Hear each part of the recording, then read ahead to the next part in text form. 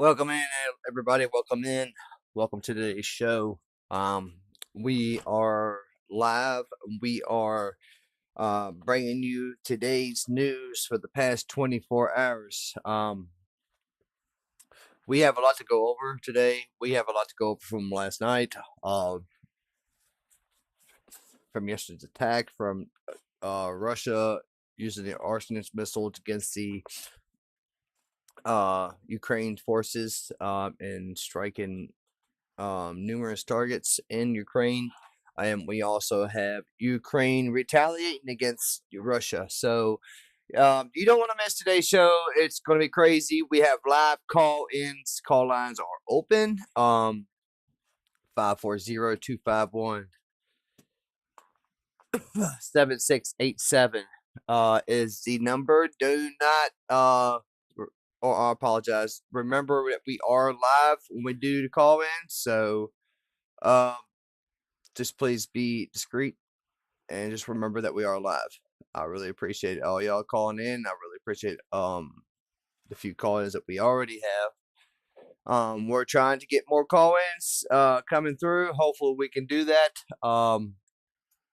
But we can't do that without y'all. So let's start sharing. Let's start getting this this channel pushed out a little bit more. I know some videos are getting hit more than others, so let's try to get these videos out and get them shared. And the way to do that is to smash that like button and subscribe or follow, depending on what platform you're on. We are actually going live. We are actually going live on 4 different platforms as of right now. We are on YouTube, Kick, Rumble, and Twitch. We are looking to actually expand our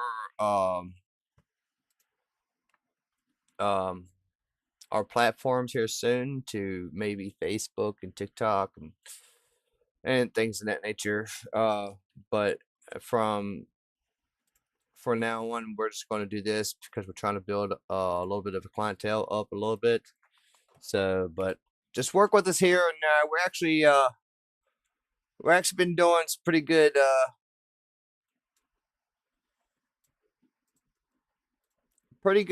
numbers here lately. So let's keep it going.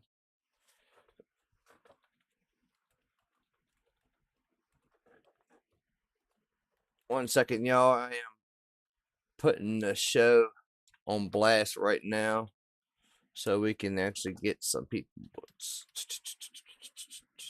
Oops.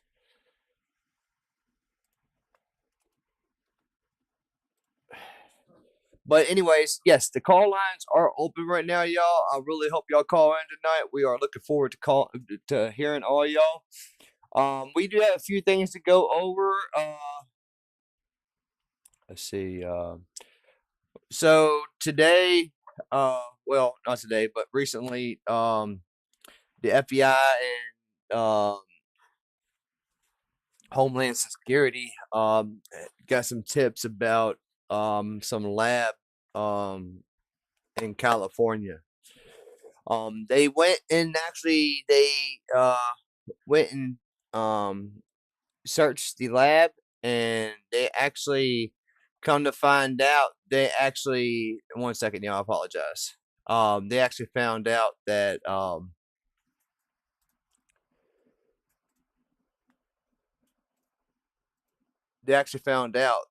they was actually storing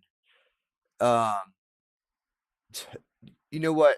I'm just gonna let y'all see for yourself and let y'all hear it. It's a little bit new at 2. We're half past the hour. A possible biological lab inside a Las Vegas home now under investigation.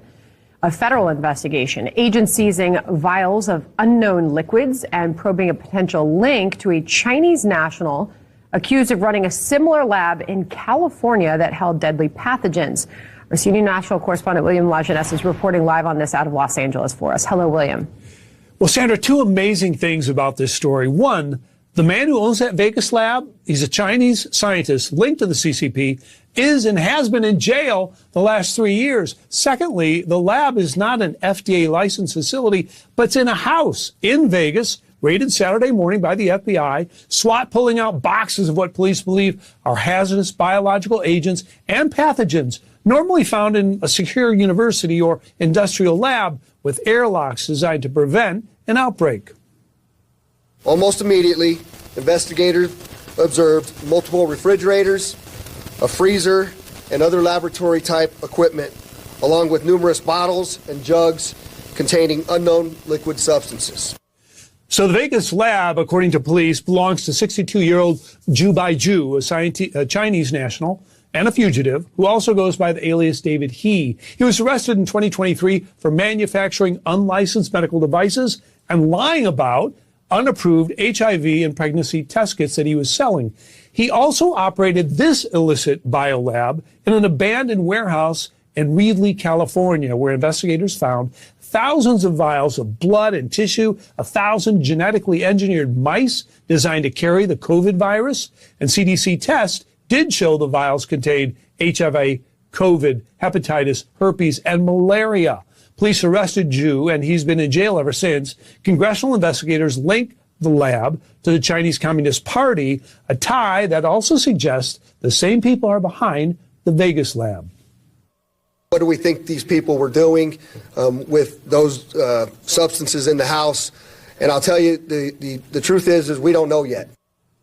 So House investigators say Zhu got financing from mainland China to create dozens of companies here and Canada. He employed mostly Chinese nationals to steal American intellectual property and transfer it to China. His trial begins in April.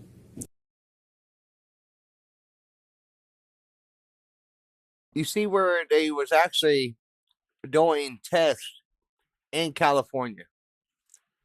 Now, it's getting crazy. It's getting crazy. I apologize. We are having, well, I don't know why it's doing this for. I apologize, y'all. Yeah, for some reason it done.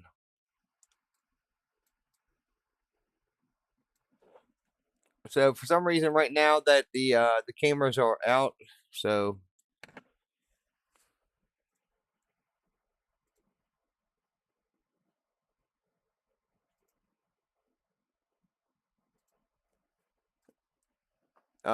so what we're going to do is we are going to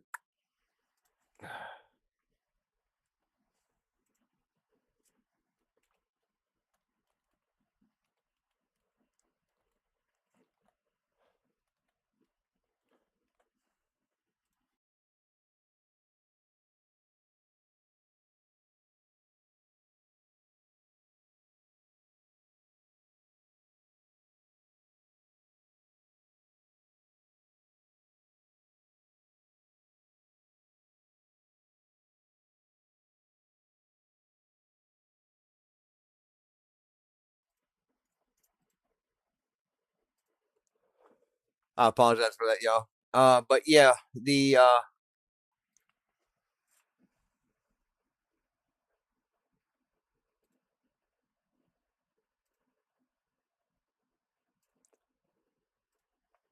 now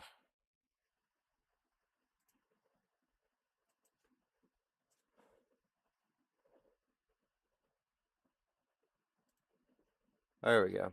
All right, I apologize for that, y'all. Somehow my board got a little bit messed up. But we do have alerts going on right now. So just bear with us. We're going to keep track about what's going on with these alerts. We also going to have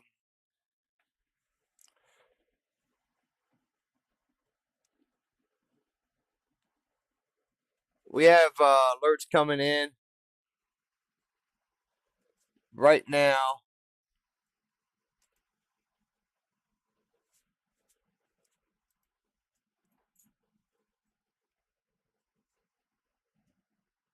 Over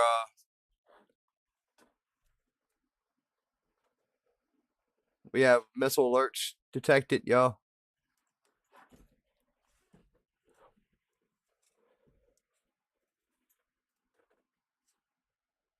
we still have cameras out.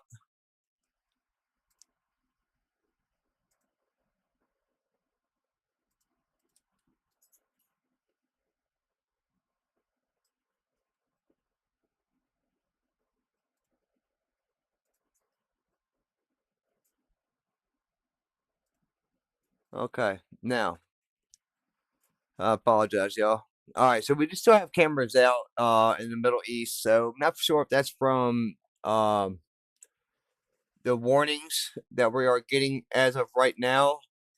Um, Lebanon is Tel Aviv. They do have strikes in Lebanon right now. We will be pulling them up on the screen momentarily.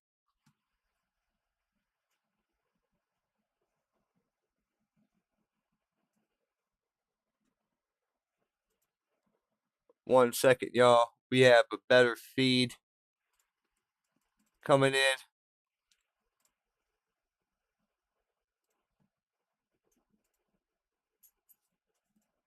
Well, maybe.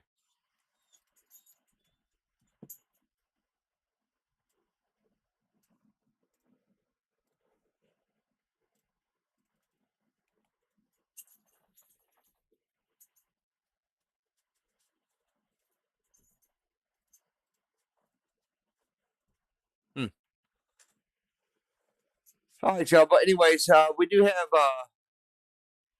on my screen. I can see it for some reason. I don't know why the feed's not working over here. But anyways, we do have inbound drones and missile attacks from Ukraine to Russia right now. On the eastern and northern part of Russia and western part of Russia. They are seeing a massive drone attack and missile attack on Ukraine or on Russia as we speak. I guess this is from the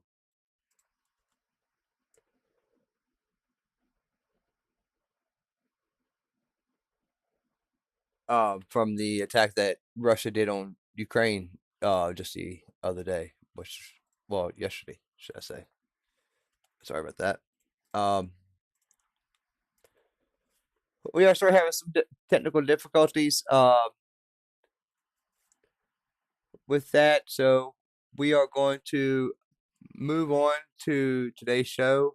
We will be bringing out breaking broadcasts as they come in, and we will be pausing the show and actually doing live call-ins today, or tonight, should I say. The call-in lines are 540-251-7687. Call in, ask about the show, so forth. Matt, and good evening, folks.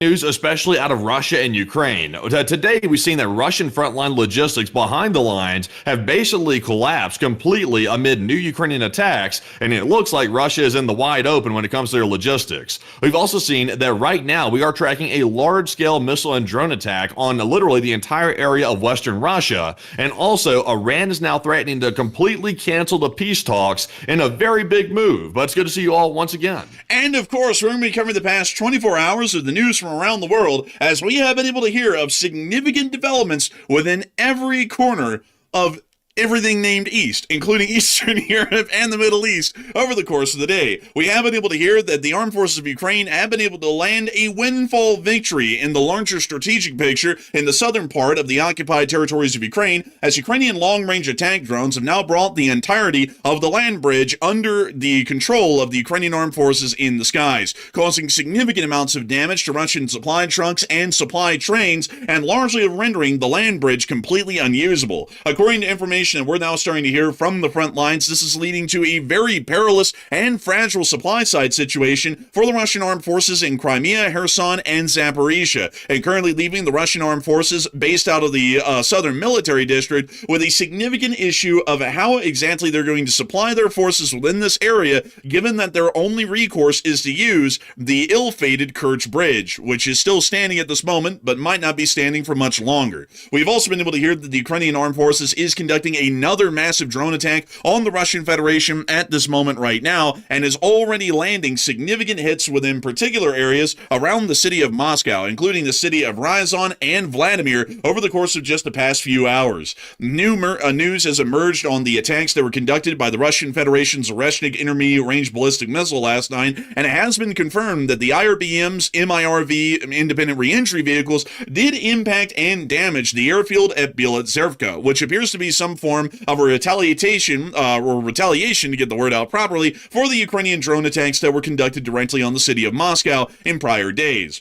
We've also been able to additionally hear that in the Middle East, the United States of America and the Islamic Republic of Iran are getting cold feet about the ongoing peace talks, and it appears that the United States has started to backtrack out of a lot of the arranged deals that they were going to be signing with the Iranians here soon, and it now appears that the Iranians have become insulted and are willing to walk away as well, meaning that the war isn't going to be starting this weekend, but peace is not also going to be starting this weekend either, meaning that the war will still remain in a limbo for an indefinite period of time at this point, with nearly no end in sight. We've also been able to hear that this is not to the, this isn't really to the elation of the Israelis, as the Israelis are apparently putting pressure on the U.S. government to get back to the fighting and get back to the war, as they generally started the war with the concept that they were going to denuclearize the Islamic Republic of Iran, and now they did not achieve that, and they also lost control, at least the Western world did, over the Strait of Hormuz, which they had prior to the war. We are going to be making sure to cover each and every single bit of this news, starting with our largest stories first, and then moving our way on down into the smaller stories throughout the night.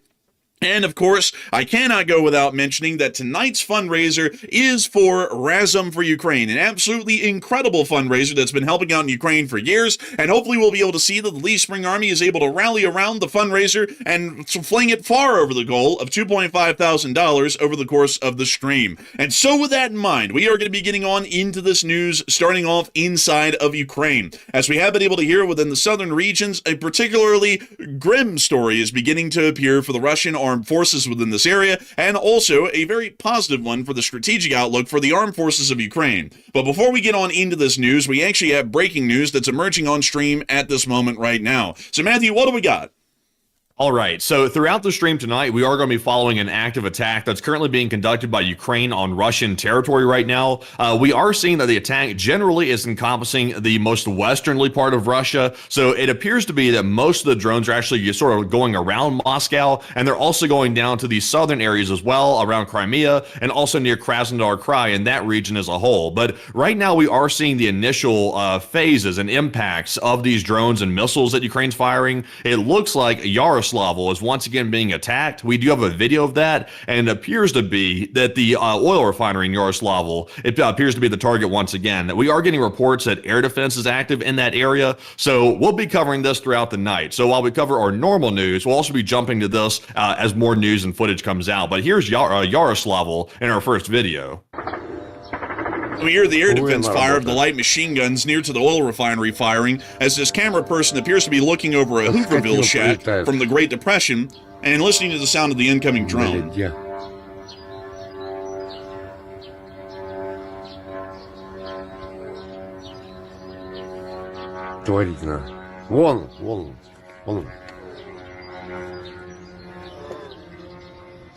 And we hear the drone continuing to fly in the distance. We can't really see it, but we can hear it. This video is... Where's that air defense at? I'm seeing reports here. The Russians are claiming there's air defense. I don't hear anything. It sounds like the drone's flying along like it's just a peaceful day. You didn't hear it? Matthew, I swear that there was some air defense at the beginning. Let me show you the most high-end and advanced air defenses that the Russian Federation's armed forces have in Yaroslav. The Pechnik. Ah, yes, the Pechnik. That's it. This right here is an expert weapon at taking down drones. You just have to be like a top-tier 1%er marksman to hit it. You see, the entire Russian mobile fire group inside of Yaroslav has this one PKP Pechnik to share, and only 200 rounds of ammo that come in 2 belts or 2 boxes, depending on how it's equipped. And they have to spread this around. They give everyone a turn on this thing, and we did get to hear it at the very beginning of this clip being used, and then they stopped using it after they ran out of their 200 rounds that the entire city has to share amongst the fire group. So let's listen to that clip again, because you can hear the machine gun burst for just a little while, and then it completely stops because either they ran out of ammo or the drone was now out of range and it was completely pointless to continue to fire at it. So let's listen to the start of the clip again. Ну, блядь. There it is. Охуенно работает. And then from that point on, it's basically over. Let's put it this way. Yeah, he spent his 5 bullets that he had in his pockets like Barney Fife, air defense out here. He pulled out the 5 bullets and said, I'm going to get it, bleh, and then he missed every single one. But it sounds like the thing's still flying. So I'll rephrase it. There was air defense fire, like the 5 bullets, and then they didn't hit it, apparently. From what we generally understand, this footage is most likely being filmed within the southwestern area of Yaroslavl, as Ukrainian drones have been known and seen in prior attacks to use the E-115 highway as a visual landmark for navigational purposes, and they basically just fly the length of the E-115 once they circle around Moscow and straight up to Yaroslavl, which is very convenient because the oil refinery at Yaroslavl is literally just to the northern side of the E-115, meaning that if you follow the highway, you will make it to the oil refinery. And it does appear that at the moment, these drones are on the way and were most likely filmed somewhere within one of these villages that's just to the outside of the E-115, most likely to the north, meaning that these drones are getting incredibly close, and it'll probably just be a few more minutes until we start to get videos of the direct impacts that are now being seen on the Yaroslavl refinery just days after the prior attacks, which also caused significant and major damage to the refinery, shutting it down and knocking it out of operation. But moving us on out of that breaking news development and everything that's currently happening around Yaroslavl, we have a humongous story that's now unfolding inside of the southern front in Ukraine. Particularly the areas of the Kherson, the Zaporizhia, and Crimea front. This area has generally been considered to be a separate frontline grouping than the Donbass, where the rest of the battles are being fought in Donetsk and Luhansk, because the supply side situation and also the order of battle within this area is much more different than it is on the wide sweeping plains of the Donbass. Within this area, the Dnieper River serves as a natural barrier between both sides, which has stopped the Russian Federation from trying to conduct open offensives against the cities of Mykolaiv and Kryvyi Rih, but has also stopped the Ukrainians from conducting significant counterattacks and attempting to push back into the Kherson Oblast and reach the Crimean Peninsula. We also understand that the very little plains that exist within the Zaporizhia region have been heavily fortified by both sides, and we could generally describe that a Siegfried line and a Maginot line exists on both ends of this front right now, and they generally cease to exist as major fortifications around the area of the town of Novopavlivka, where we then see that the Donbass front begins. This means that the front line within this area doesn't really see a lot of movement in frontline changes year to year, and the last time we saw any significant frontline shift within this area was during the middle part of 2023 in Ukraine's summer offensive, where the Ukrainian armed forces were able to push out of the town of, I believe it was Robotny, and make it about as far south as Nove. We also see that the Ukrainian front line solidified around Verbove as well, and currently, Russian Federation armed forces have been attempting to conduct a minor concentrated offensive within this front towards the town of Huilopol, just north of Polohi, which is one of the more major battles that we've been seeing unfolding within this area over the past year. The Russian Federation has not really made any advances, regardless of this offensive going on for an entire year. The Ukrainians appear to be in clear control of Huilopol, even still to this day, with the position of the town and its strategic importance on the plains not really being threatened. This means that the Russian Federation relies on a significant volume of firepower to be able to try and uproot Ukrainian defensive positions, which are heavily fortified in this area, and to also be able to eventually suppress and destroy the enemy in detail, which would be the armed forces of Ukraine,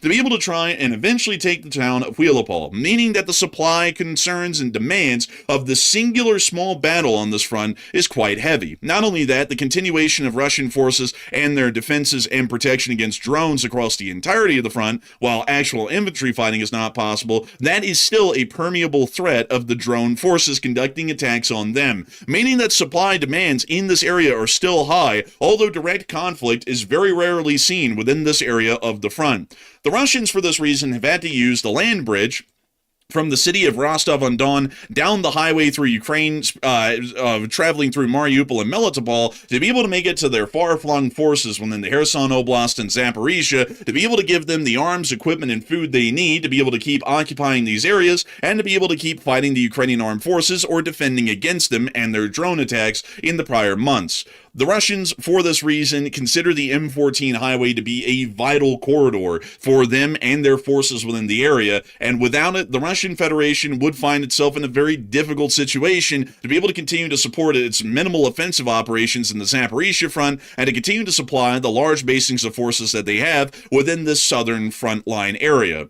And that is starting to become a major concern for the Russian Federation over the course of these past few weeks. Ukrainian long-range attack drones, or more so medium-range attack drones, have started to become long-range enough in the medium-range sense that they are now able to reach easily well to the Ukrainian coastline and strike Russian supply trucks wherever they may be along the M14 highway, all the way from the city of Oleski on the southern end of the Dnieper River just south of Kherson, and all the way to the city of Taganrog, which is over 110 miles behind the lines, and yet Ukrainian drones have been seen to be consistently hitting targets within this broader area. In some of these clips, we were actually able to see some of the destruction that now exists on this highway from Ukrainian drone attacks from the POV of a Russian soldier that is driving a Buhanka through the area filled with supplies. And this is what the littered destruction around the highway looks like at this point. It's wild. And also, we have a lot of videos like this one that came out today that we're going to be showing y'all, but this is really wild to see it. Literally, vehicle after vehicle hit left and right. I mean, at this point, it's like you really can't install drone nets along that entire highway. It's simply too long of a highway and multiple different areas to install drone nets. So there's really no way to protect against it. There's one right there that apparently just happened. And it is quite the scene of destruction along this whole highway. The Ukrainian drones are now able to loiter over this highway because their range is so long. Their communication abilities with their operators have been so advanced compared to their early war status. And not only that, their destructive capability is, of course, pretty potent against lightly armored vehicles like these, that Ukraine is turning the M14 highway and what can only be described as a highway of death for Russian supply trucks that are attempting to transit the area. We've seen even more clips of this further down the highway closer to the city of Mariupol, once again showing us another glimpse of the highway to hell and all of the destroyed vehicles and equipment that exists down this road from the Ukrainian attacks that are starting to pile up a significant amount of damage and lost tonnage, personnel, and equipment for the Russian army well behind the active front line. We can see them continuing to show some of the burned out vehicles here and also showing the Russians' highway expansion project, which has also been put on hold as a result of these attacks. That's a big shocker right there. Probably too dangerous to go out there and do construction work, I'd imagine. You know, I've heard, folks, that the Utah Department of Transportation says that sometimes they run into significant hazards from drivers here in the state of Utah, which is certainly not understated, when they're trying to conduct any sort of an interstate or highway expansion project. I have a feeling that the Utah Department of Transportation would get a sigh of relief looking at what the Russian Department of Transportation has to deal with to try and build a highway, because unlike the Utah Department of Transportation, which is just having to deal with distracted drivers, we're seeing that the Russian Federation is having to deal with very attentive drone drivers, and they're not going to miss. They generally hit their target every single time. We also were able to see, additionally, that Russian logistics were continuing to burn throughout the broader area, not just on the M14 highway, but leading up to the front line itself. This roadway here is actually leading to the highway, and we can see that a Russian supply truck was actually hit and destroyed under some form of an unfinished highway overpass within the area, once again depriving the Russians of vital logistics before they even get close to their distribution points near the front lines. You got to wonder what the Russians are thinking about doing to combat this, because if we were in the Russian shoes and you're trying to get around this, it's like, I mean, what are your options at this point? You can try to start redirecting all these logistical vehicles, I guess, through Crimea into the southern part of occupied Ukraine. You could try to do that, but then that's risky, because if you start doing that, that gives the Ukrainians one singular choke point that they can strike the bridge or they can strike the ferry boats that take across these logistic vehicles from mainland Russia to Crimea and then to the occupied Ukrainian territories. So in reality, there's really nothing they can do physically to defend against it, because these are largely like commercial trucks, and also you have military trucks as well transporting goods to the front lines. And there's really nowhere to change it and move it to either, because like I said, Crimea is a choke point when it comes to moving that equipment in. So I wouldn't really know how to deal with this. I think Ukraine has pulled a number on them. The situation is actually largely undealable. There's only one way to deal with this, by the way, folks, and that's the Russians creating their own Wild Hornet drone-type defense forces that aren't engaged in strategic drone interdiction, like, for example, Ukrainian long-range drones trying to strike Russian cities. They would have to raise entire brigades whose sole purpose was flying drones on daily patrols to engage with and destroy Ukrainian drones that are loitering over their supply lines and attempting to destroy their supply vehicles. This would take a significant production supply chain of a certain type of drone that the Russian Federation certainly does not possess at the moment, and would also take the implementation of additional brigades being raised for that specific purpose, which Russia does not have the manpower for or the conscription abilities for at this moment right now.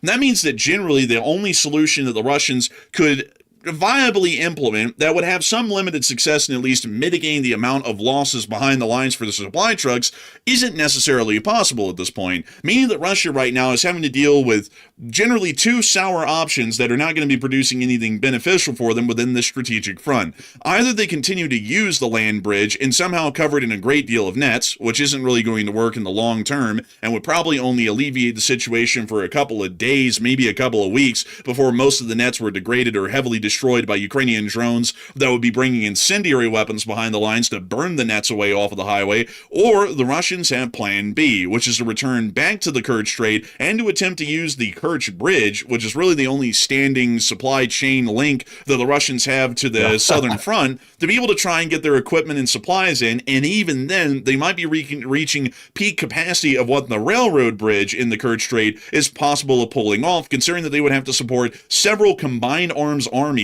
from Zaporizhia, Kherson, and Crimea all together every day.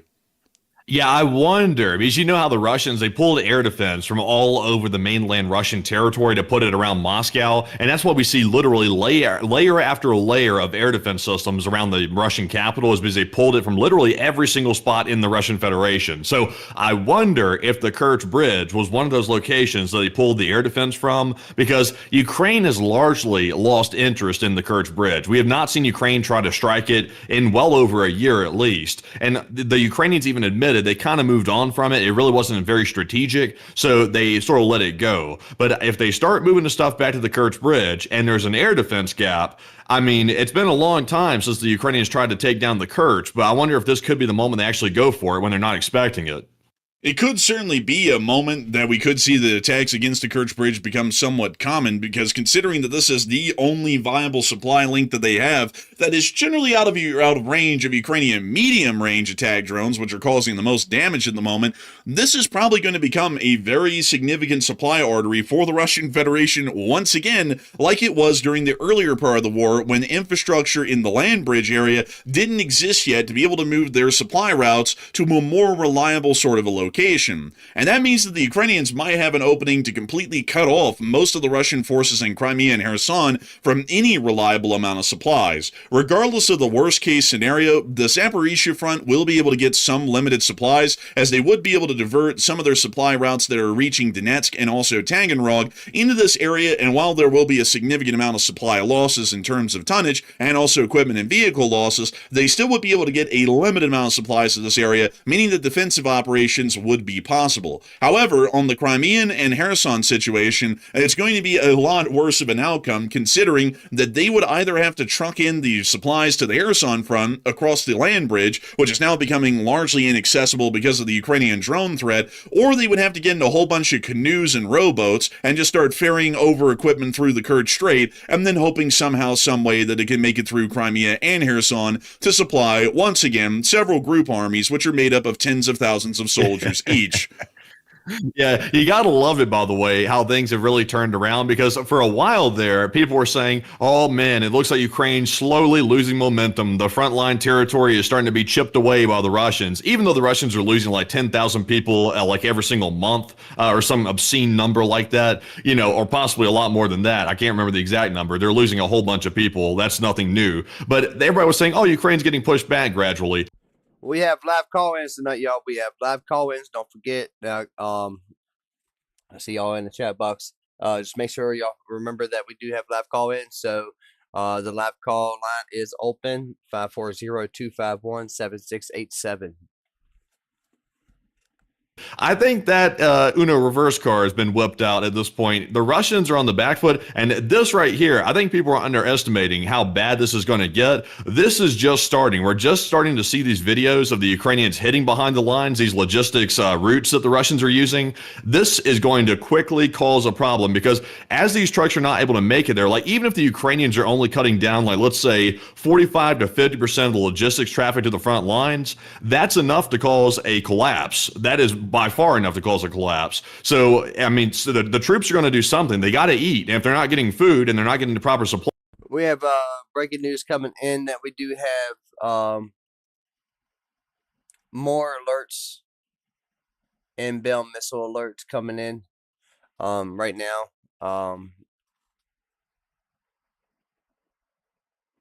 Just want to let y'all know that we do have inbound missile alerts.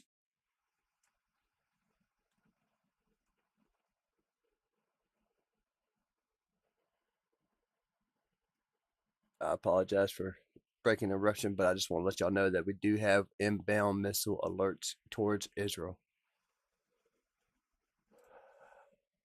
Then that's going to pretty much bring frontline gains, if any, to a halt for the Russians. Not only that, it's going to open up a strategic weak point for the Ukrainian armed forces to potentially exploit. If Russian armed forces are not able to be supplied at a proper rate, they will be forced to go on the defensive within the Zaporizhzhia region because continued uses of arms and munitions could lead them to become desperately low in reserve ammunition stores to be able to conduct a defensive if the Ukrainians launch a surprise offensive in the Zaporizhzhia front. Not only that, but they wouldn't really be able to rely on the Russian army's combined armies that are in the Kherson Oblast for any support in that sort of a scenario, because those armies as a whole would be materially depleted of most, if not all, of their munitions rather than a couple of days of emergency stocks. Meaning that once the Ukrainians engaged Russian forces in a major offensive within this area, Russia might start to run out of ammunition in those combined arms armies to where they're not able to put up any effective resistance whatsoever,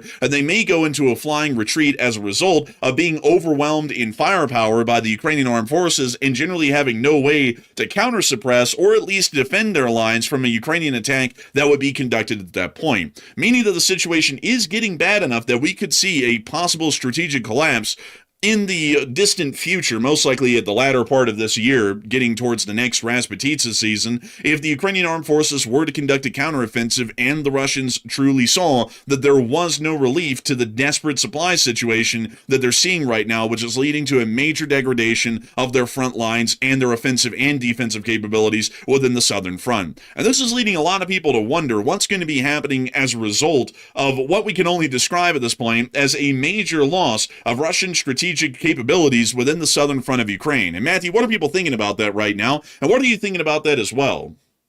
Okay, so seeing all these losses along the lines, by the way, these Russian logistics lines, that indicates a collapse, is what that indicates. And if they can't defend against any of these drones coming in, I would imagine that Ukraine's probably going to start dedicating even more resources and more drones to attack these logistics military vehicles moving their way toward the Russian front lines. So now that the highways are compromised by the Ukrainians, what's going to happen to the Russians at this point? Because that's a big if. 59% said that this will cause a frontline territory loss for the Russians. The Ukrainians will probably make frontline gains as a result of this. 24% said nothing much. Russia is used to it. Of course, they're not unfamiliar with having logistics issues. And 12% said the Russian troops will end up starting rebellions after they probably end up going hungry or not getting ammo to defend their positions. And I would say that this will probably end up causing frontline territory loss because it is true the Russians are not completely unfamiliar with logistics issues. They don't exactly have the best logistical infrastructure to say the least, but this is making it much worse. I mean, it can get worse, and it is right now. We see that with all the destruction along the highways. So I believe that over the next few weeks, we're probably going to start seeing the Russian frontline units in these areas probably start to get degraded so badly that the Ukrainians are going to launch offensives, and it's probably going to be successful because the troops simply don't have enough ammunition to fight off the Ukrainians that are advancing on those Russian positions. So I think this is the beginning of something bad bad in this region for the Russians, and I think they know that, but they're not really sure how to handle it. Now, I'm sure they're going to try to make some desperate move, but we'll have to see what that's going to be. But Enforcer, what say you? I would have to say that it may lead to a significant loss of territory in the future. I'd have to do with the 59% on that, but there are a lot of ways that this can actually go, and the Ukrainians could exploit the sort of vulnerability that the Russians have right now.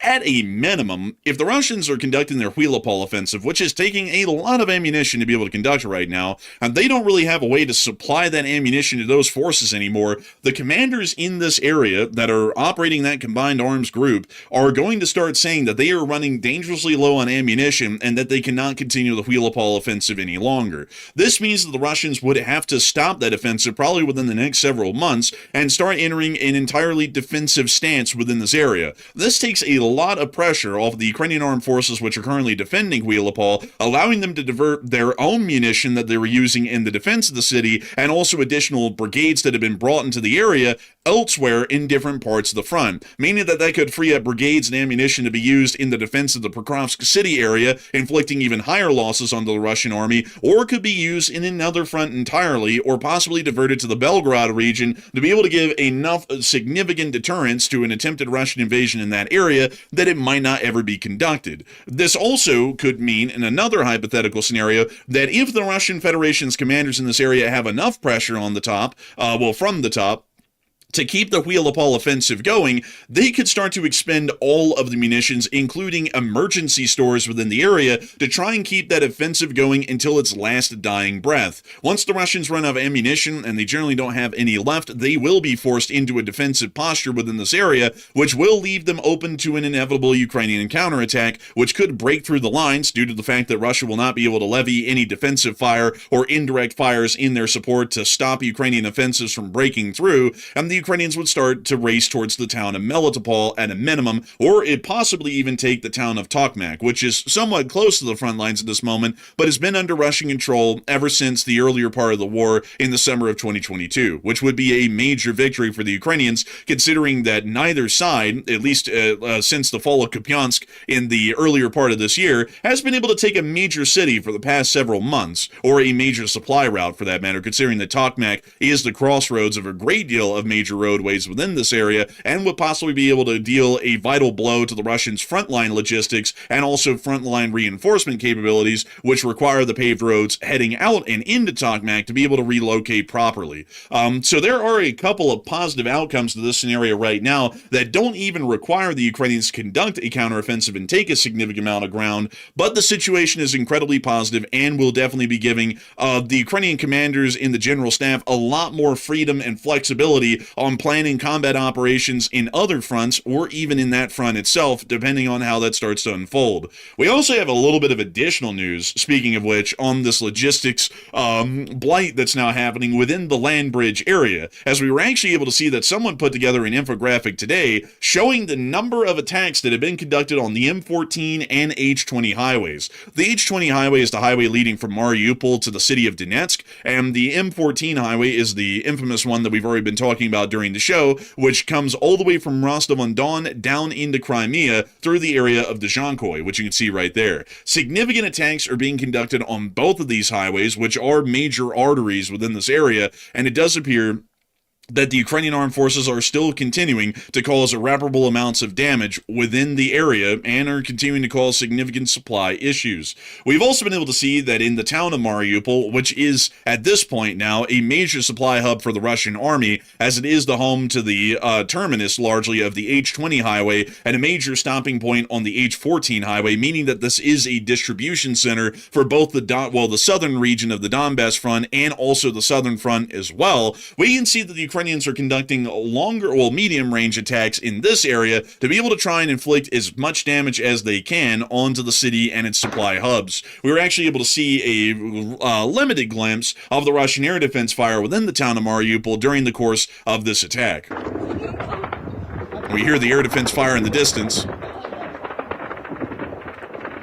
Jeez. These people are running like there's a war on or something. Man. Oh! Oh! Oh my God. What the hell was that just got hit? spinal. Spinal bleed. It looked like something power related. It looked like there was a bright flash at some point. Yeah, it looked like it could have been maybe power related. Yeah, I would say so. Maybe a substation or something. Might have been really hard to say because it didn't look. Well, wait a minute, hang on. Let's look at this again.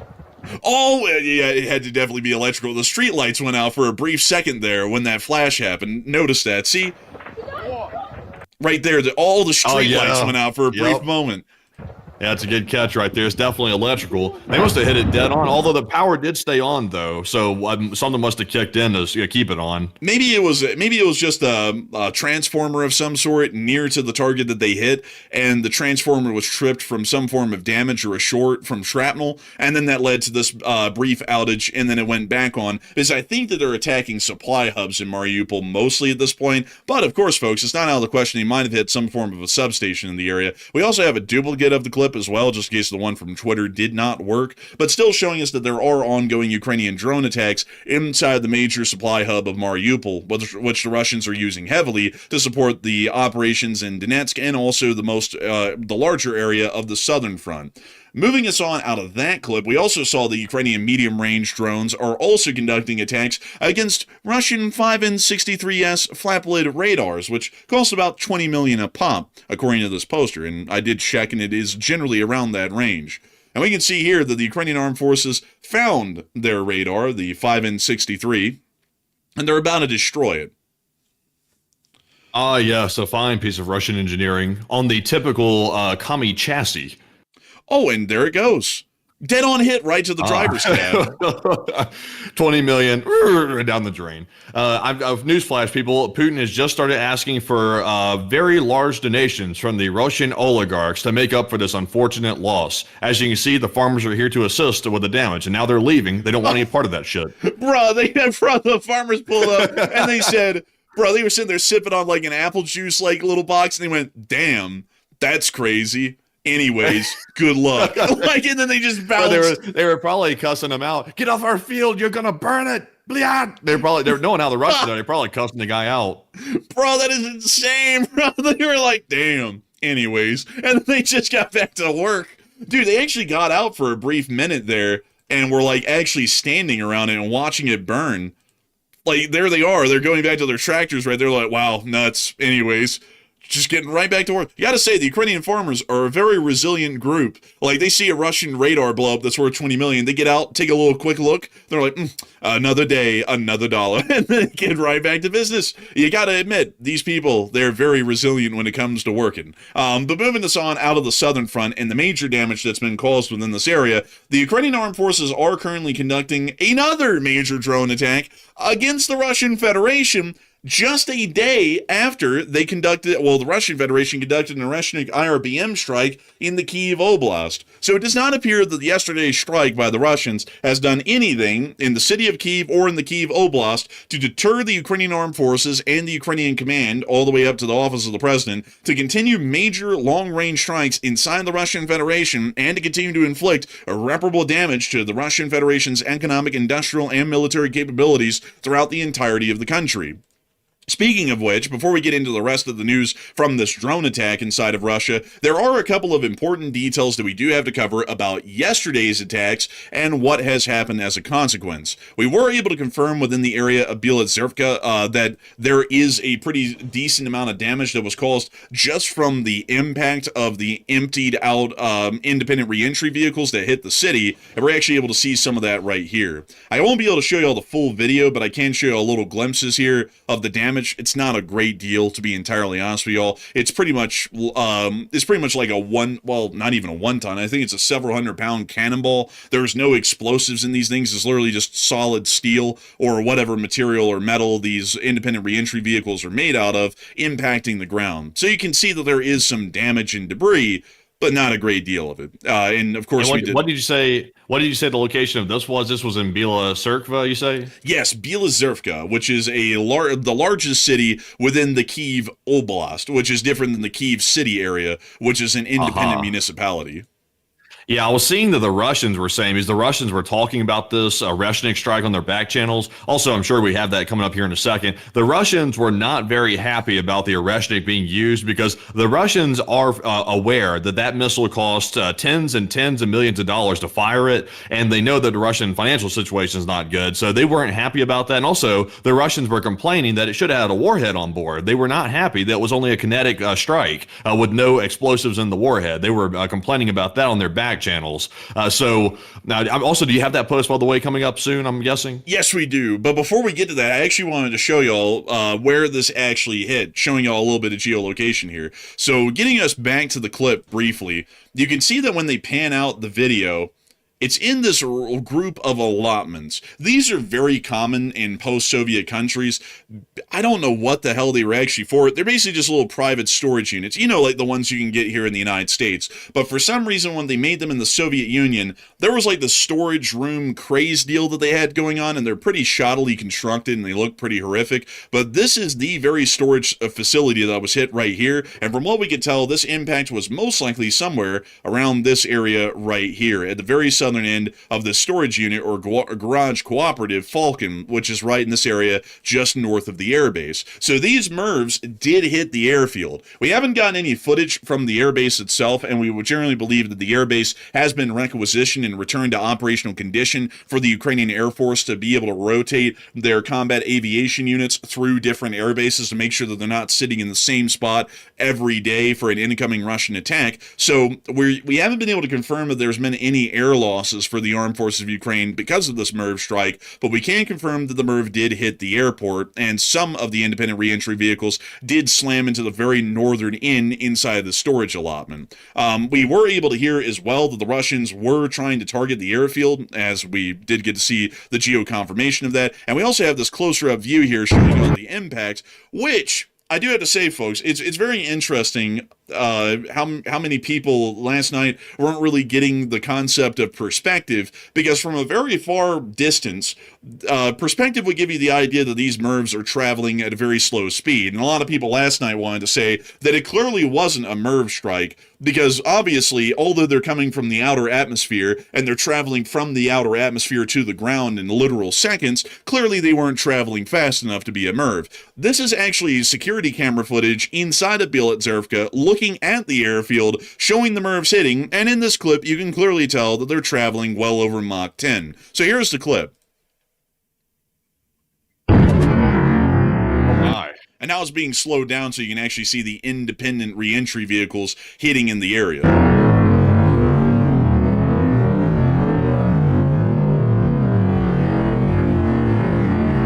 Just going to turn that down. That's just the sound of hell.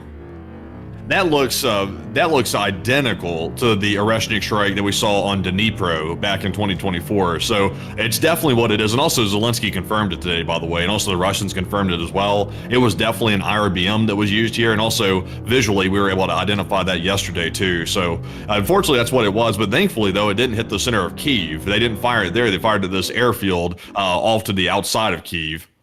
Still in the Kyiv region, but also that's something that we have to clarify. It's the Kyiv Oblast, but it isn't the city of Kyiv. This is like there's a little bit of a confusing thing going on here with this. Kyiv is an independent city, kind of like the District of Columbia in a sense, to where it doesn't fall under the jurisdiction of, say, a state government. The Kyiv Oblast is surrounding the city of Kyiv, named after Kyiv, but has no relation to Kyiv. So I do have to point that out to everybody and clarify that. It's a very confusing thing. It's kind of like how in London, for example, you have the City of London Corporation, and then you have the London Metropolitan Area, which sound identical, but they're actually two separate things. So I have to kind of clarify that a bit for understanding purposes, because some people might still believe that this landed in the city of Kyiv, which it did not. We also were able to see that the Russians did make some statements today, including the all-famous at this point fighter bomber, on their opinion on what was done with this attack and what they didn't like about it. The airfield in Bila Tserkva in Kyiv were chosen as retaliation for Starobilsk. We apparently hit the airfield with Oreshnik missiles. and Kyiv with the ballistic missiles and drones. By the way, folks, I have to clarify, this whole deal about the Starbuilds bullshit is a made-up story that the Russians are claiming that the Ukrainians attacked a college and killed a whole bunch of people because they're, terrorists and whatnot. The Ukrainians stated they did not conduct an attack on the Starbuilds college, and not only that, the Ukrainians only select and hit military targets. So clearly that wasn't going to be on the target list to be hit. Still, the Russians are claiming... That explains why the Russians were pushing that narrative that the Ukrainians were conducting terror attacks and they were going to retaliate. So apparently this clears the board in the Russians' minds, was a strike with the IRBM on the airfield. That this clears that out. So at least that narrative didn't turn into anything too crazy. I thought they were going to strike the decision-making centers over it. And that's also what Ukraine had been saying too. It's still a possibility, but they didn't do it this time at least. Yeah, it doesn't appear that they did it this time, and I have a feeling it's because that whole story is clearly made up. There was damage that was conducted at the Starbuilds College, but the thing is, folks, is that we don't know who did it. It could have been a Russian air defense missile that made the damage, and then they just blamed it on Ukraine, because whenever their air defense fails, it ends up blowing up a couple of people. They usually blame that on Ukraine and say that it was a drone, although there will usually be endless amounts of footage showing that it was Russian air defense that hit the college. So it's either a false flag that the Russians conducted to be able to blame it on Ukraine and then conduct the response, or a close enough response to what they were wanting to do if the Ukrainians attacked them on May 9th, or Russian air defense did it on accident, and then they just blamed it on Ukraine and used it as an excuse to be able to try and escalate against the Ukrainians with the IRBM strike. Nevertheless, I would say, folks, that the honest answer is that they conducted the strike because of the Moscow attacks. They have been significantly embarrassing for the Russian government and the Russian Federation. It's turning the people against Putin in the capital city, which is a very dangerous thing for the stability of the central government, considering that it is an authoritarian government structure. And because of that, they're trying to see if this will start to make the Ukrainians back off and hopefully keep Putin's government based in Moscow fairly stable. But the strike and the choice of targets did not bring any surprises for him. The result was a MOU with a bonus in the form of nut. Don't know what that means. There's no point in asking why Oreshnik... What does that mean? I don't know. Apparently he's saying that Zelensky busted a nut or something. I don't know. Bro, what in the hell? I don't even know how you interpret this sentence. I guess it's just a poor translation. I've never heard of a bonus in the form of nut. That's a little bit of a wild statement to make. Thank you for that strike, Putin. Now here's your bonus in the form of nut. Man, it's like... That's crazy. Man, I was going to breeze past that, but honestly, I have no clue what the hell that actually means. But there's no point in asking why Oreshnik didn't fly to Kyiv, but I think it has to do with its accuracy. Is this guy, I have to say, folks, honestly, is this guy kind of a little bit stupid? Because clearly the thing is somewhat accurate. I mean, they did target it at the Bila Tserkva airfield, and it did hit the Bila Tserkva airfield, so...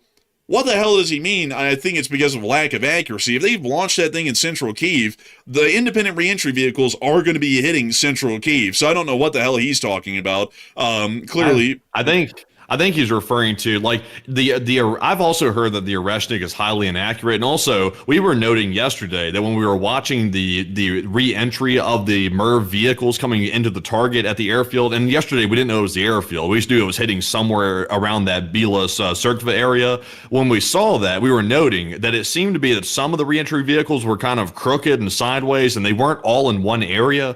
I think that's what they mean.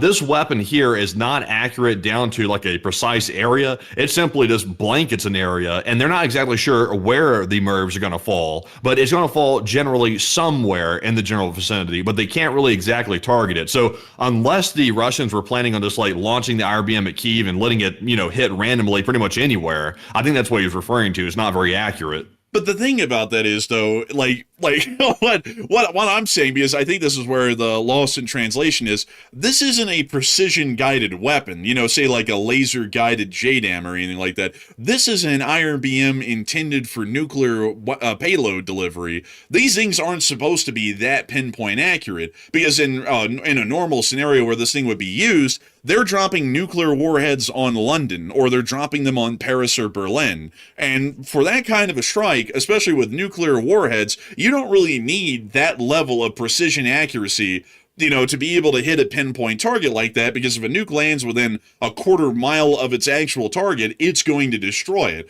outright, without doubt, whether it's an air burst or a ground burst. So I think this guy, like, that's why I'm saying I don't know if this guy is stupid or not, because to me, that's kind of a given. It's like, well, obviously they're not going to be that accurate. They're not designed to be that accurate, because they're never going to use conventional warheads. They're going to use nuclear ones, and accuracy is not that great of a concern with a nuclear warhead. And this guy is acting like, oh, well, why can't it hit a pinpoint target? It's like, well, because it's not a pinpoint weapon that's carrying a pinpoint payload. Like, that just doesn't make any sense. But according to Fighter Bomber, he said because the airfield is a large area-based target, just like the plant, and the likelihood that one of the blocks will hit the wrong place, and God forbid hit Zelensky, for example, is minimal. But the fact that we can afford to hit Oreshnik whenever we want, once every 6 months, is a joy. Apparently, once again, taking a little blow like we did last night at the fact that Russia is only producing 3 to 5 of these missiles a year, and not only that, they cost about $30 to $100 million a pop. So not really a cheap thing to be flinging at Ukraine whenever they have a little temper tantrum, especially considering that these things are unarmed, and they probably only have about 10 of them in storage right now, meaning that they fired 10% of all of their available Oreshniks at Ukraine just last night to do basically nothing. But outside of that, a lot of people are talking about this major Ukrainian drone strike that is being conducted right now in the Russian Federation after the fact of the IRBM hitting Bila Tserkva. And a lot of people are wondering what is going to be happening as a consequence of this. The Ukrainians clearly are not backing off from the IRBM strike, which was expected, as they have never done that before, and the Russians have only kicked the hornet's nest again, or getting the Ukrainians to vow they are going to be conducting even larger attacks against the Russian Federation as a result of what they did to Bila Tserkva. And so, Matthew, what are people thinking about that, and what are you thinking about that as well? Okay, so now Ukraine's administration is now saying it plans to launch even bigger strikes on Russia, and we're seeing that tonight, by the way. Right now, there is an ongoing very large attack on Russia using Ukrainian missiles, drones, and also the jet drones as well. So there's a very big strike happening. Ukraine is following through. They're not just saying that. They're already starting that tonight. So this is direct retaliation, they say, for the IRBM missile strike that Russia conducted. And I would say Russia really kicked the hornet's nest, because they sent the IRBM in to make a point. They were trying to scare the Ukrainians off and intimidate them, but all that did was kick the nest. And now the Hornets are looking to sting somebody, and Ukraine is stinging tonight pretty strong. So what do you think this will happen, or what will this turn into? 41% said this will cause more IRBM strikes by the Russians. 27% said Russia won't respond much to this, and 23% said this will cause something very severe. And I would say that, like Fighter Bomber or whoever the Russian was making that post just a minute ago, the Russians cannot afford to make IRBM strikes on a regular basis. It's too expensive. When the Ukrainians launch a strike, it probably costs, I would imagine, only a fraction of what it costs to launch one single Russian IRBM missile. So just to put that into context, Ukraine is wrecking Russia right now as we speak. There's literally Belgrad's under attack. We're seeing the areas around Moscow under attack again. And it only costs a fraction of what the Oreshnik cost to fire. And the Oreshnik didn't even really do anything too crazy. They hit an airfield and that was it, and not much to speak of when it comes to damage. So I would say the Russians probably won't respond much to it. There's really not much they can do, actually. So the Ukrainians are calling the Russians bluff. The IRBM did not scare them off, and in fact, this is going to make it worse for the Russians, and Moscow is still not off limits. They're still going to get hit pretty hard. So I think it's going to be increasing. But Enforcer, what say you? I would have to say that I believe generally the Russians really won't be able to respond to this. They've only launched off, by the way, folks, 3 of these things over 2.5 years. And that's generally because they don't have the production capabilities to just fire these things off every weekend. And on top of that, beyond them sending a message, they don't do anything in reality to whatever they're hitting, considering that they're not carrying any kind of a warhead whatsoever. So generally, I'd say that the Russians have fired off their missile, they've made their message, and now they're going to have to sit down and take the beating that the Ukrainians are about to be giving them here in a minute, like they are right now, because there's just not a lot that they can do. They are completely stretched conventionally. Their only answer is nuclear. And if they go nuclear on Ukraine, we do not know what that's going to be causing internationally as a result.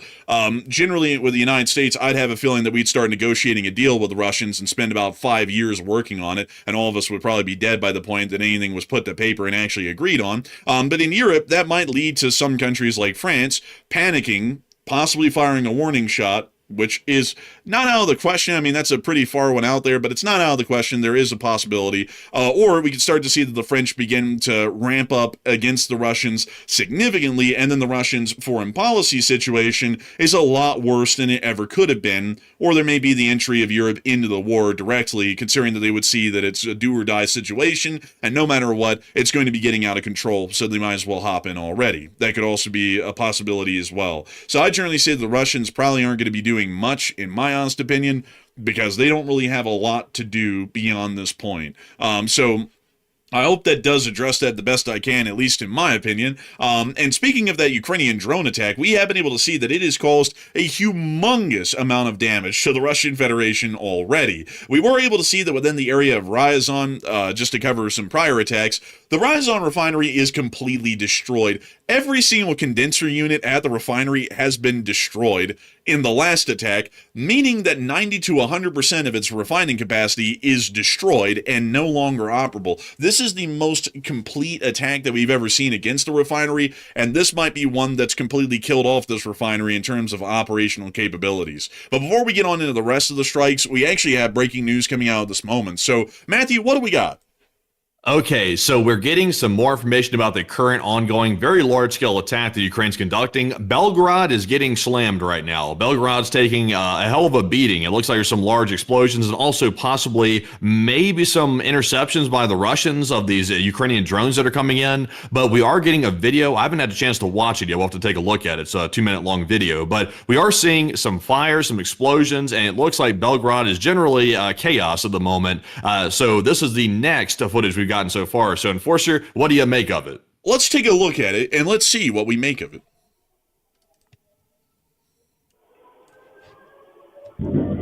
We hear an air raid siren and an explosion.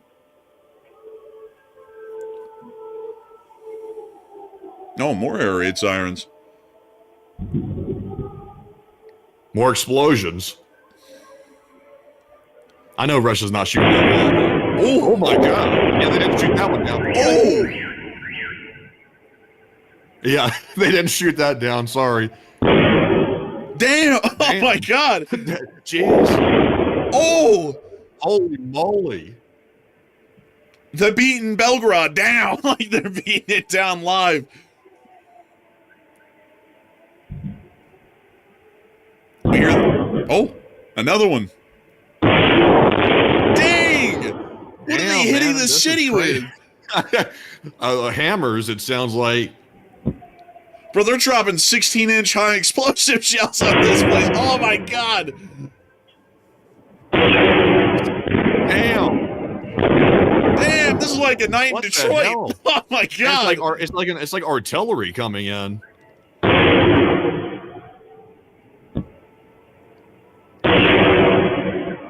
Jeez. Breaking news, everybody. We just heard that this was actually the U.S. bombardment on Normandy Beach, preparing the troops to land on D-Day, apparently. That's what it sounds like. It's so consistent. Like, it's literally explosion after explosion. Like, usually if you hear a drone attack, it's like one big bang, it's over with for like the next couple of minutes, and then you hear another one occasionally. This is like bang, bang, bang, like in a row. Like, this is kind of wild. Man, honestly, man. Also, I saw we have a Detroit viewer. They're very unhappy about my Detroit joke. All right, so I'm very sorry. Big apology to the Detroit people. We're gonna have to move it over to your neighbors. This is damn like an afternoon in like Chicago. Oh my God, man! Like, and then the Chicago people are about to get really angry, and then I'm gonna have to be like, damn, it's like a day in Portland, downtown Portland. But anyways.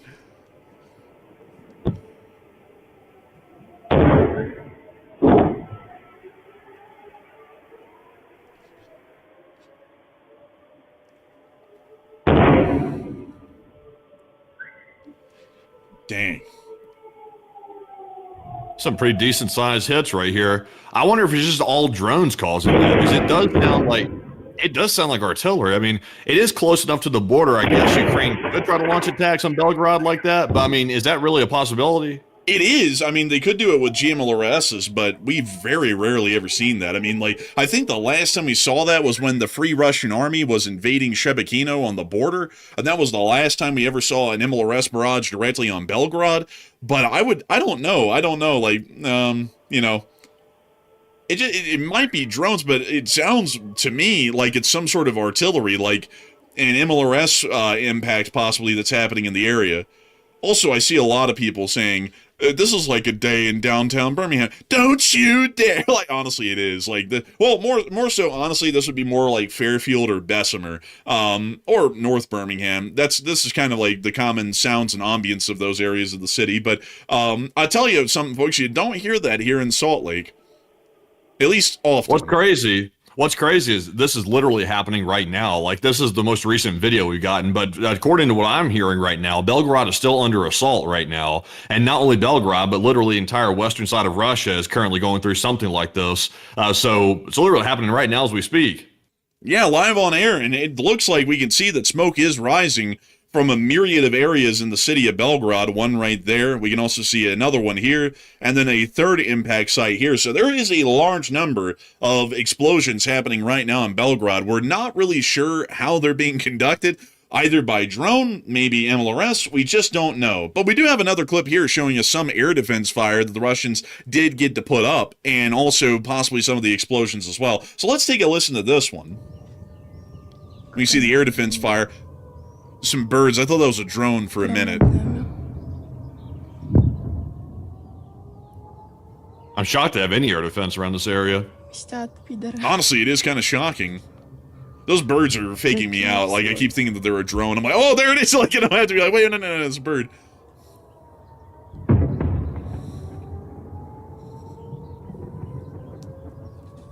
Ебать, аж до туда звук.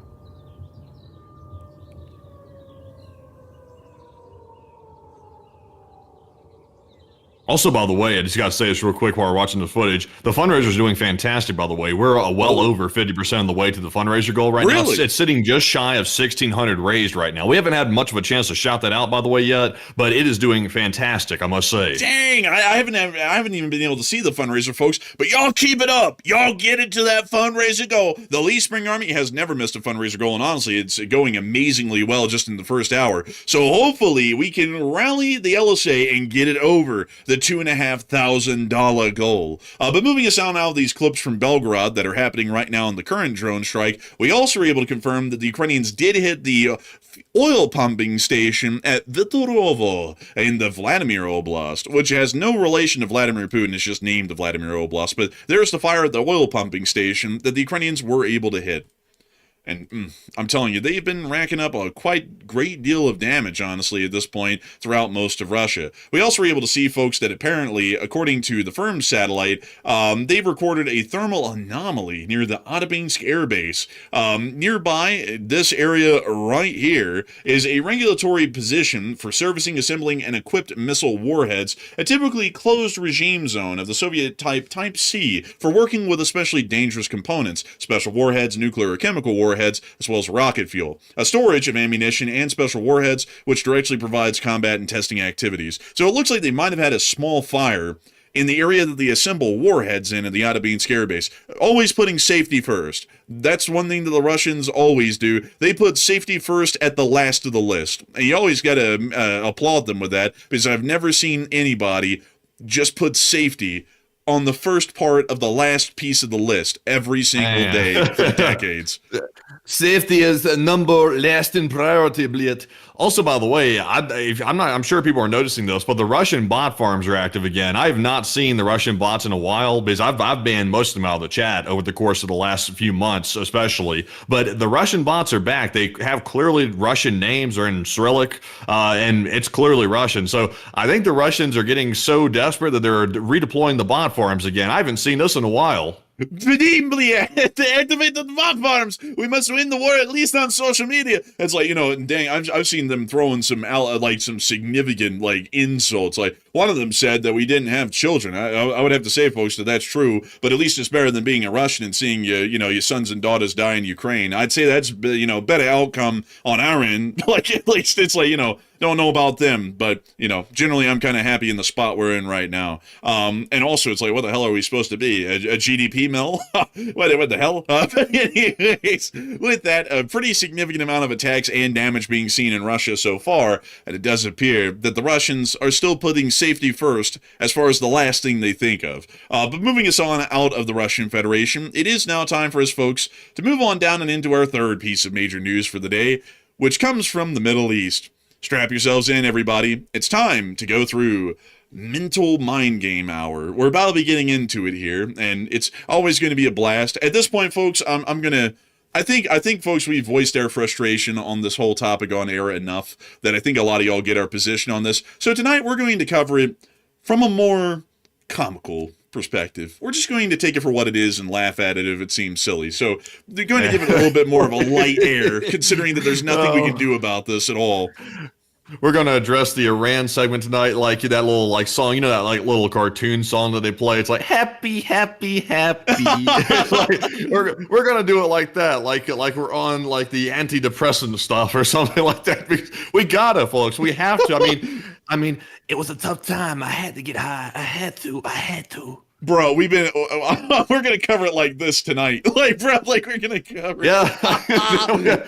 You got to, honestly, at this point, you kind of have to, otherwise you'll go nuts. Oh man, for weeks now, folks, we've covered it like this. Now we'll cover it like this or that. We're just gonna treat it as a joke at this point, folks, because I mean, we've been talking about this off of the air. It's very aggravating to watch what's going on, but every single night, we've had to get on for a month and a half now, and kind of like try and hide our aggravation about it. And at this point, I've just decided the president doesn't know what the hell he's doing, so why not laugh at it? Because it's at this point a comedy at this point. Because we went from yesterday, the peace deal is going to be announced in hours, and it's going to be the greatest peace deal ever in history, to now today, everybody's saying that they hate each other and they want everyone to die on both sides. It literally fell apart quicker than they could even get it to be signed, so we're just going to cover it for what it is. But anyways, before we move on into this news in the Middle East, which is about to be a real trip, get ready for it, I do want to make sure that we take a moment to recognize the fundraiser, because it is doing exceptionally well. And Matthew, where is it sitting at right now? All right, and also real quick, the fundraiser is doing fantastic. I'll go over that first, and we have a little bit of breaking news. The fundraiser is currently sitting just shy of $1,700 raised, which is fantastic, by the way. I think that's roughly about 65 to 70% to goal, and the goal tonight, as always, is about $2,500 for Razom for Ukraine to help the Ukrainians out, of course, in the time of war. Because, of course, we're seeing now that the tides are shifting away from Russia's favor. It was barely Russia's favor, by the way, and they were losing a ton of guys to get there, but now it's shifting back to the Ukrainians quite heavily, and it's not going good for those Russians. So we're just now actually at 1,700 raised. So we're making good progress right there. And if you can, of course, afford it, that's the important part, feel free to donate to help the Ukrainians out in the fundraiser. But in the meantime, though, we're going to call for top donors next, but we do have a little bit of breaking news right now. Apparently, Israel is under attack. It looks like they've had a hostile drone incursion, it looks like, in northern Israel, launched from Lebanon. So it looks like Hezbollah is back at it again, possibly. It appears to be a very small intrusion, like maybe possibly, I'm not sure if it's a reconnaissance drone or if it's an attack drone, but they are having an incursion right now. So we'll keep an eye on that one and see what's happening with it. Nothing too major, but it does appear to be a small one. But Enforcer, what say you? It appears, folks, clearly, folks, because of this one here, the Israelis will have to level the entirety of Lebanon. But the ceasefire is intact, everybody. Remember, it doesn't matter how many times Hezbollah attacks Israel and how many times Israel levels the entirety of Lebanon. They are still in a 45-day ceasefire right now. So I gotta say, folks, I love these new modern ceasefires. Apparently, they're done on a flexible pay plan, to where you can bomb the Israelis or the Lebanese today and have a ceasefire tomorrow. And do it on weekly installments. So 3 days of war, 4 days of peace, or 7 days of war and no days of peace, and you just eventually add that to the tab for the peace that's supposed to be coming in a couple of thousand years, maybe. But beyond that, though, pretty interesting to hear. So we'll see how that goes. I'm pretty sure Israel will bomb another boat restaurant or something up in Tyre. It'll probably happen again in the next few days. So we'll see. But anyways, with that, it is time for us to get on and into those top donors of the fundraiser. So who are those people, those amazing folks tonight, Matthew? All right, so far we've had a 126 from Old Warrior Fella. Huge shout to Old Warrior. Also a huge shout to Howard Mendelson. He threw in a 100 along with Don D, as well as Chef Danny B. And then also a 50 came in from Ella MC Wills Napo, as well as Nick Hines. And also welcome back, Nick. He said, and also we have a 50 from Cheryl Jones, as well as a 50 from Bad Skipper, DBLR, as well as Rye Guy SR, and Luke UK, and also Nick Hines once again for a second $50 support to the fundraiser. So once again, we would love to call everybody off, by the way, because there's been a lot of donors tonight. Sadly, we can only call off the big ones, or otherwise we'd have a list about, I don't know, hundreds long at this point. It'd be a very long list to read off. But we want to thank everybody out there, including Bob P, that just threw in a $100 donation right now, for helping us to get very, very close to reaching the goal. Roughly about 70 to 75% there at this point, and we have about 20 to 25% to go. So not too much more to get to goal, and we imagine we'll probably hit that very, very soon thanks to the LSA. But Enforcer, what say you? And I gotta say, a humongous shout out and a huge thanks to everybody who's been supporting this fundraiser so far tonight. Really quickly, folks, don't mind me. This is going to be very loud for a brief second. Y'all are about to hear the live stream. Don't worry, y'all aren't going crazy. It's just that I'm trying to get a second window up so I can see the fundraiser. So give me just a second, folks. Oh, I did it without there being any noise. Oh my God, that is incredible. So, right now, the fundraiser is sitting at $1,847 raised out of $2.5 thousand. And I got to say that it's amazing to know that so many people have supported this fundraiser tonight in amounts over $50, where we were able to call y'all off and thank y'all for y'all's support. But I also want to extend a thanks to everybody in the Lee Spring Army who has been supporting this fundraiser, whether it be $1, a couple of dollars, or hundreds of dollars. Each and every single one of y'all is doing your part, and your part specifically, to be able to make this fundraiser a possibility and a reality. If it wasn't for all the people who were throwing in less than $50, this fundraiser would only be about to the halfway point of where it is right now. Probably be around $900. Each and every single one of y'all, big and small donations, makes a humongous difference, and not only that, is helping out the ransom for Ukraine to be able to help out on the Ukrainian home front and help the Ukrainian government to focus more of their time and effort on the war effort in winning the war. So we are actively helping, much like many people still are in this modern day and age, to help the Ukrainians to victory by allowing the Ukrainian government to focus more resources on the war effort instead of the humanitarian front, as we're largely helping to support that along with many others around the world still to this day. So humongous thanks to every single one of y'all once again for your incredible support, because y'all are making a humongous difference in the very war that we're covering here on the news today. So humongous thanks. And with that, it is time for us to get on into some questions. We're going to be getting three. We're going to be getting three of them here. Live chat specifically. If you have thrown in a super chat tonight, which actually there's been none. That's wild. That's the first time ever, I think, at this point, that we've had no super chats on a Sunday for like years. But with that in mind, we are going to be making sure to get to 3 live chats, because tonight, folks, you don't have to throw in a dime to get your question answered. That's always the case every single night. It is free to play on the show. It's just that we have to get to the super chatters first every night. But beyond that, Matthew, what do we got?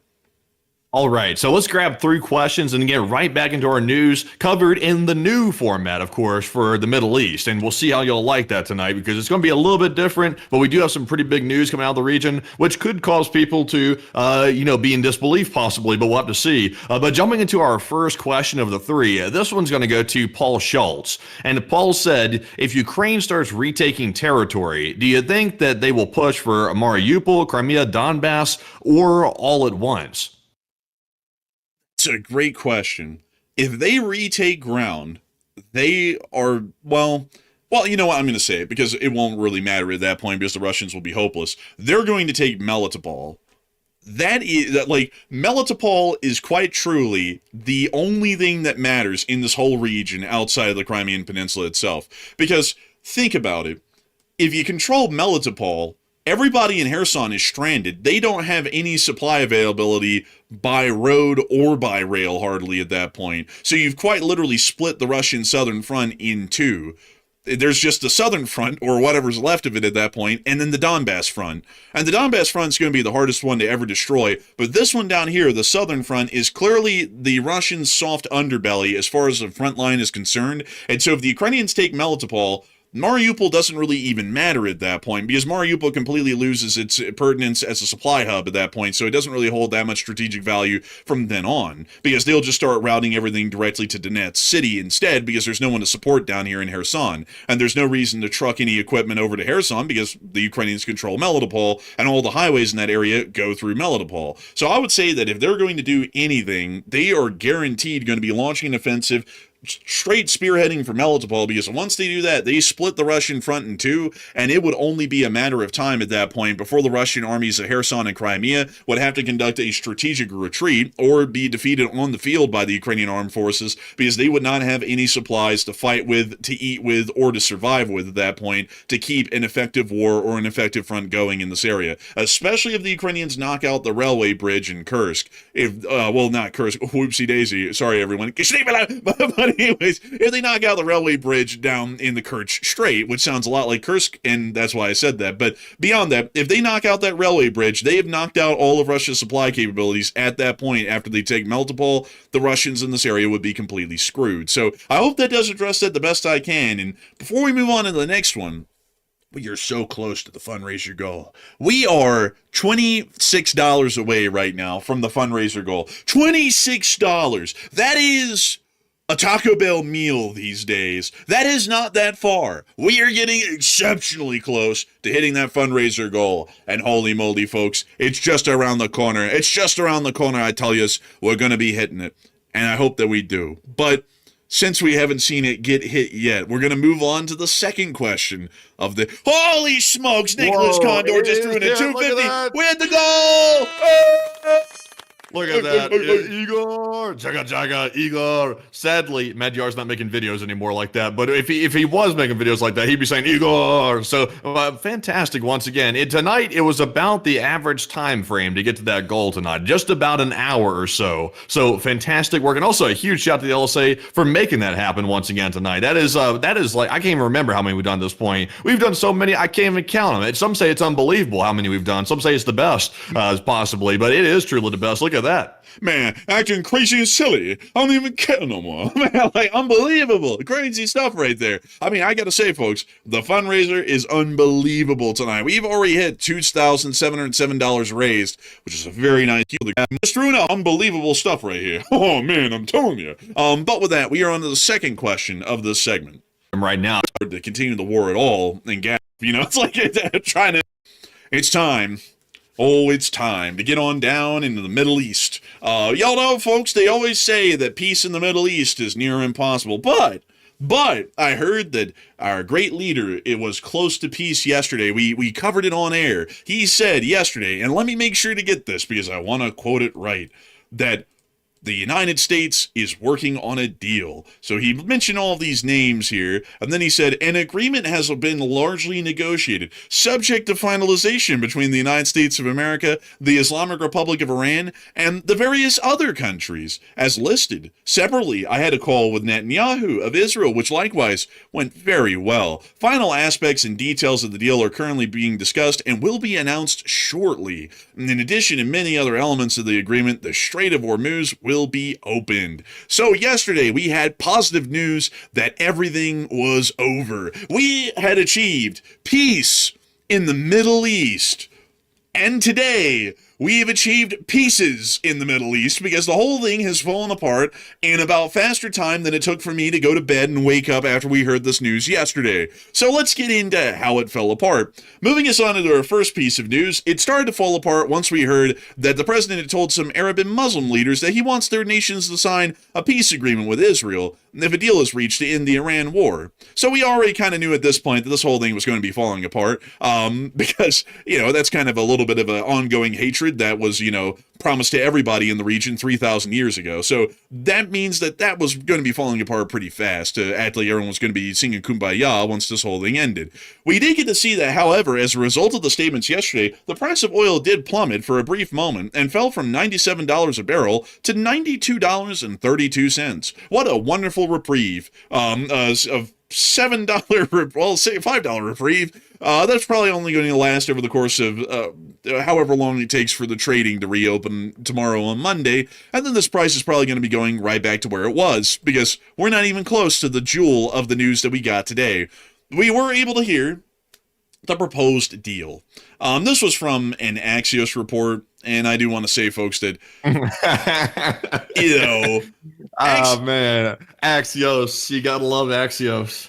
Axios has not been the most reliable source that we've seen recently, but this is the best thing that we've seen so far of what the deal could be. So let me read it to y'all, at least what they have.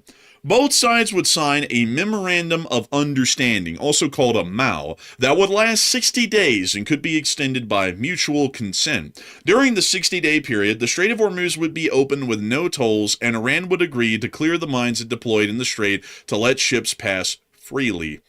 In exchange, the U.S. would lift its blockade on Iranian ports and issue some sanctions waivers to allow Iran to sell oil freely. The U.S. official acknowledged that would be a boon to Iran's economy, but said it would also give significant relief to the global oil market. On the other hand, I tell you, it just sounds so believable, doesn't it? Iran would give up all their leverage in the Strait of Hormuz that they worked so hard to captivate in the Strait. Like, that just seems totally realistic, right? Iran would totally give up their major bargaining chip just at the first sign of trouble. Well, I hate to tell you, Matthew, but you're wrong on that. Because IRGC's Tasnim News say today, without the release of Iran's frozen assets, there will be no agreement. And the issue was communicated to the Pakistani mediators. So they're already starting. Let's see real quick, because I'm curious. How much assets does Iran have frozen right now? Because I know it's in the billions, but let's see exactly what it is. Oh, wow. So the expert and official reports estimate that Iran has between $100 billion and $120 billion in frozen assets held in international accounts and also physical assets worldwide. They're largely derived from oil exports, but they can't access them in Tehran due to long-standing sanctions. So that's a lot of money right there that's been frozen up in these sanctions right now that Iran has at their possible fingertips here in these talks. So, I mean, definitely can't let a terrorist regime get their hand on $100 billion. Can you imagine how they're going to use that money? Dang. And everyone was criticizing Obama for handing over $1.7 billion in pallets of cash. I think this is called the bank. Yeah. Just putting it into perspective, folks, not trying to get political here, but for a lot of people to be saying that one prior administration really helped the Iranians to get the nuclear program back on its feet with an amount of $1.7 billion, relinquishing all of Iran's frozen assets is equivalent to almost 70 times that value, if I'm doing the math right off the top of my head, or 80 times that value. So releasing all of their assets wouldn't just be giving them a pallet of cash. It would literally be handing over an entire financial institution back to Iran to spend however they please. So, I mean, definitely not a good position to take. And it looks like the Iranians are dying on that hill that they want all of that back, and they're really pushing the United States to give it to them. In the meantime, we did also get to hear that apparently the U.S. was now insisting a little bit later on in the day, because this started to get a lot of pushback, by the way, folks, that the president was about to sign a deal and basically give away all of the U.S.'s interest in the Middle East to Iran, that the president would now start to insist that any nuclear deal with Iran must include the full dismantlement of Tehran's nuclear program and the removal of all enriched uranium. The Iranians immediately shot back, literally within 30 minutes, that they will not hand over stockpiles of highly enriched uranium, according to Reuters reports. So they immediately shot that one down publicly and said that is not on the table at all. They're not going to be handing over their near-weapons grade uranium, and that's going to be staying in their country forever. That's not open to negotiation, according to the Iranians. Then, afterwards, we started to hear that the amount of dissent that the president was getting in the country about the situation started to apparently get to him. As many of y'all will know, this idea wasn't a wildly popular one in the United States, and many a senator and many a representative and many of a common Joe, like me and Matthew here, were generally criticizing this thing last night and saying that it just wasn't a good idea. And so the president said this today. One of the worst deals ever made by our country was the Iran nuclear deal, put forth and signed into existence by a former president and the rank amateurs of the former president's administration. It was a direct path to Iran developing a nuclear weapon with $1.7 billion, as opposed to the current plan of giving them $120. Not so with the transaction currently being negotiated with Iran by the current administration. The exact opposite, in fact. The negotiations are proceeding in an orderly and constructive manner. I gotta say, folks, for this to be orderly and constructive, we haven't really seen a lot come out of this over a month and a half. Does it really seem orderly and constructive?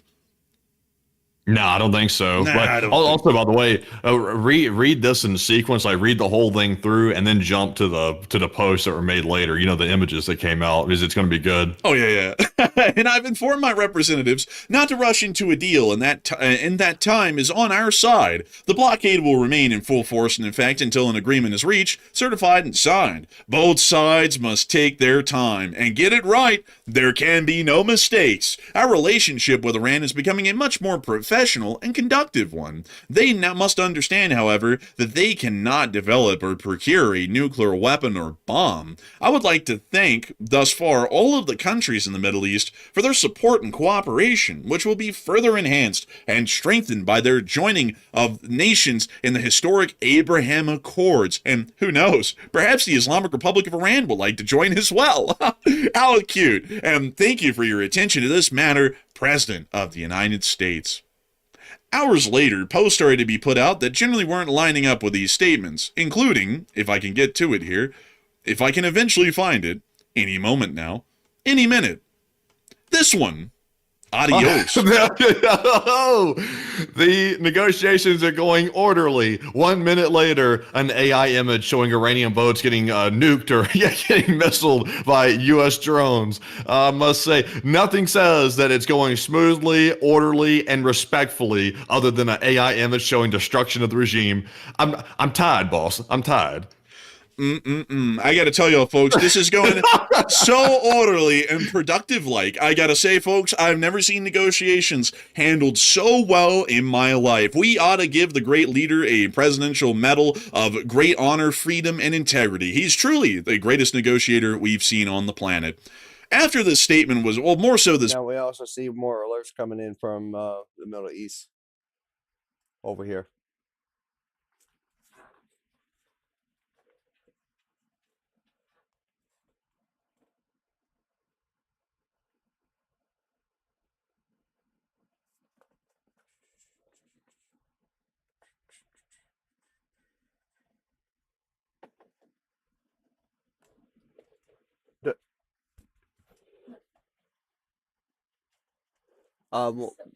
We did have camera moved it a little bit ago. That's why I actually switched to the live feed over on Middle East, but I'm not for sure why. But we did have alerts coming in inbound missiles, so.